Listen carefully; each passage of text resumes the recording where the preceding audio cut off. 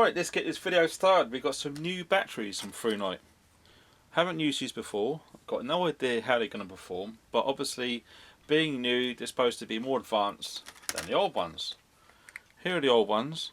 Now I do prefer the older ones at the moment because they come in a cool pack which you can store them.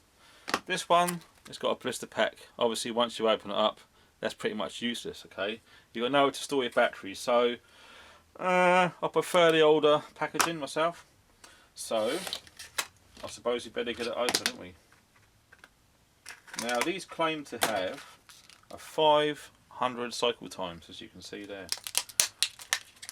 Now when you think about, are you going to be using your torch 500 times? I don't know.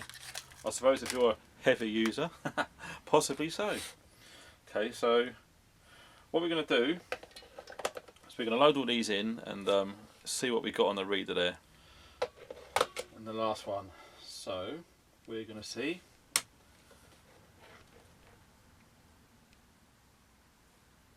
They've all got 3.6 volts, so you can see that. Yeah, sorry with the reflection. But yeah, okay. So that's not too bad. That's what it says on the packet, so I guess that's what it got to be. But I'm just going to leave them in there. I'm a bit of a fan of the when you see the indicators get to 4 or 5 maximum. I'll guess they might go to 3.7, 3.8, so we'll see. Yeah, look, see what I mean? It's not taking long.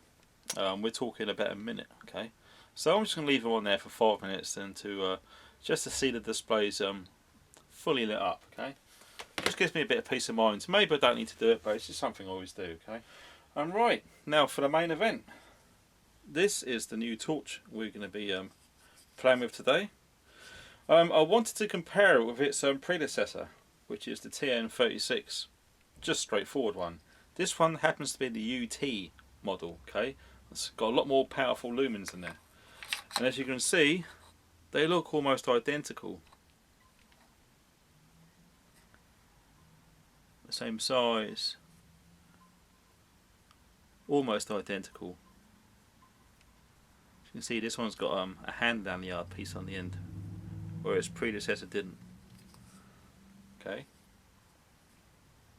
So, what I did notice about this, when I turned it on, I thought for a laugh, because it's so powerful, I from cold turned it on turbo. Okay, double tap and you get 7,200 lumens, something like that. And it was unbelievable. And I thought I'll put it behind my skin to watch my arm glow up. But I'll tell you this much, after 2 seconds of that, I had to take it off. It was going to burn my skin. It heated up that much, that quick. So I thought, okay, no one's really done any tests regarding the heat of these. So I'm going to do something with a slant, because we like to do things differently, okay? So, we're going to cook with it. Well, we're going to attempt to anyway. Why not try something different, okay? I thought, if the heat from that torch can fry an egg, it should be cool. I'm wearing safety sunglasses, by the way, because that torch is seriously bright, okay? And I'm not exaggerating.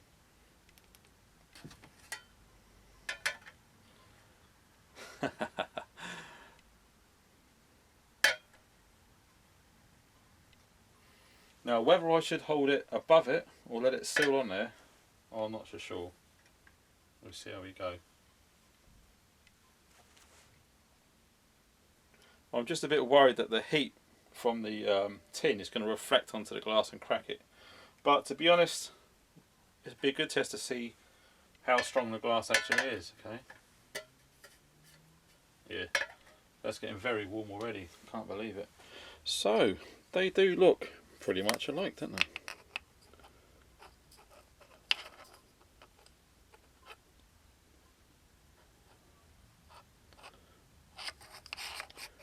The LED buttons, personally I'm not a fan of, because they haven't got the guard around the outside.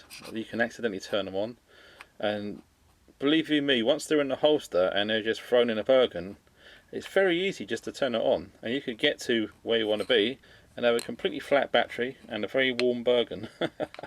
So personally I would love it if they've done something about these buttons here. Incidentally, when the battery gets low, they go from a blue light to a red light, and then it's not long and they'll be turned off. Okay, but the technology with the LEDs in there are insane. In fact, let's look at that closely. Yeah, right, this one is the newer version. You can't see the crosshairs in the LEDs themselves, but its predecessor you can. So I'm not sure why, how that's come about.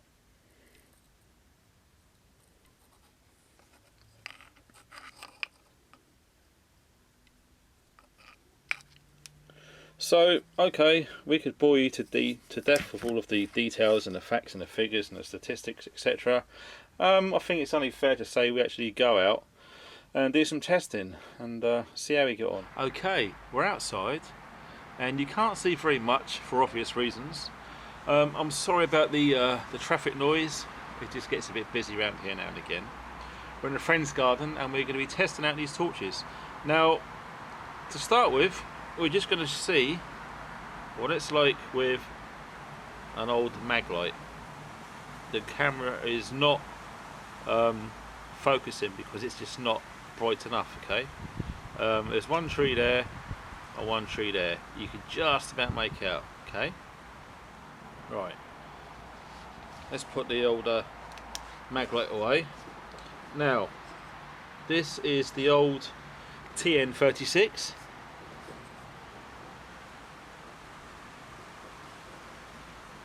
That's incredible bright. Right, we double tap the turbo. Yeah, that is absolutely mental. It's daytime pretty much. Now, this is going to be the next one, the UT version. It's not got the clear white light or cool light. It's the yellower natural one, and this has got more lumens, as you can see.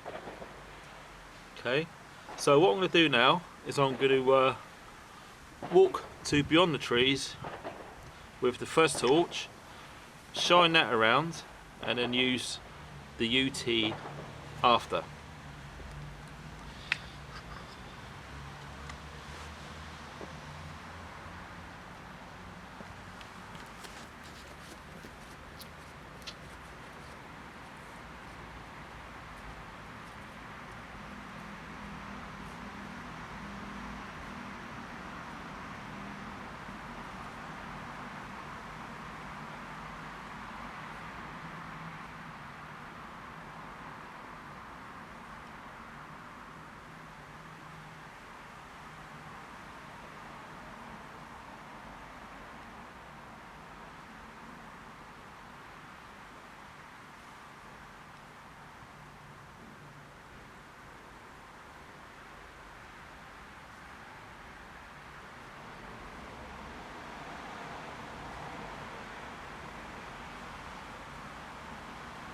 And now for the UT version.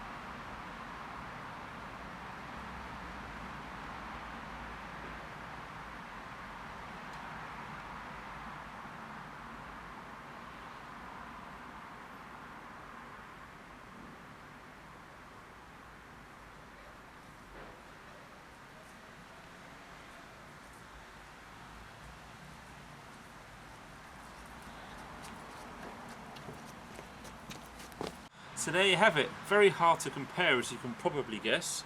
They're of similar lumens, and obviously pretty much identical, apart from the colour tones of the actual LEDs themselves. Very hard to show, as you can probably guess.